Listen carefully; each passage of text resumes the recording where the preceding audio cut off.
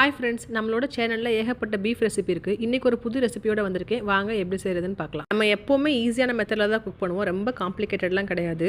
எந்த ஷேப்பில் வேணாலும் எவ்வளோ சின்னதாக வேணாலும் பீஃபை வெட்டிக்கங்க. மஞ்சப்பொடி, சீரகப்பொடி, மல்லிப்பொடி, காஞ்ச மிளகா, உப்பு, ஒரு சின்ன வெங்காயம், ஒரு சின்ன தக்காளி, நிறைய கருவேப்பிலை போட்டுக்கோங்க. கொஞ்சமாக ஜிஞ்சர் கார்லிக் பேஸ்ட் போட்டுக்கோங்க. ஒரு 4 to 5 டீஸ்பூன் அளவுக்கு கோகோனட் ஆயில் போட்டுக்கோங்க. இப்போ உங்களோட பீஃபை ஒரு 4 to 5 விசில்ஸ் விட்டு தாராளமாக நல்லா வேக வச்சு எடுத்துக்கோங்க. இதில் நிறைய சேர்க்க போகிறதே கருவேப்பிலை தான். ரொம்ப டேஸ்ட்டு சூப்பராக இருக்கும். ட்ரை பண்ணி பாருங்கள் கட்டாயம். இப்போ பீஃபை தாளிக்க போகிறோம். ஒன்லி நல்லெண்ணெயில் சீரகம், வெங்காயம், நிறைய கருவேப்பிலை போட்டுக்கோங்க. சின்ன வெங்காயம் மட்டும் யூஸ் பண்ணுங்கள். முழுசாக கட் பண்ணவே வேண்டாம். பட்டை, கிராம்பு, ஏலக்காய் பொடி அரைச்சி வச்சுருக்கேன். அதை கொஞ்சம் போட்டுக்கோங்க. மிளகு பொடி போட்டோடனே ஆயிலோட கலரே மாதிரி கருப்பாயிரும். ஆகும்போது கரெக்டாக பீஃபை அதில் சேர்த்துருங்க. எவ்வளோ தூரத்துக்கு கிரேவி வேணுமோ அப்படியே இறக்கிக்கோங்க. இல்லைனா சுண்டை வத்த விடுங்க. ரொம்ப சூப்பராக இருக்கும். இல்லை கொரியண்டர் லீஃப் போடக்கூடாது. ஒன்லி மின்ட் லீஃப் மட்டும் தான் போடணும். முழுசாக போட்டிருக்க சின்ன வெங்காயமும் பீஃபும் பயங்கரமாக இருக்கும். எந்த ரெஸ்டாரண்ட்டில் வாங்கினேன் அப்படி தான் கேட்பாங்க. வெயிட் அப்படியே கொஞ்சம் சப்ஸ்கிரைப் பண்ணி விட்டு போங்க.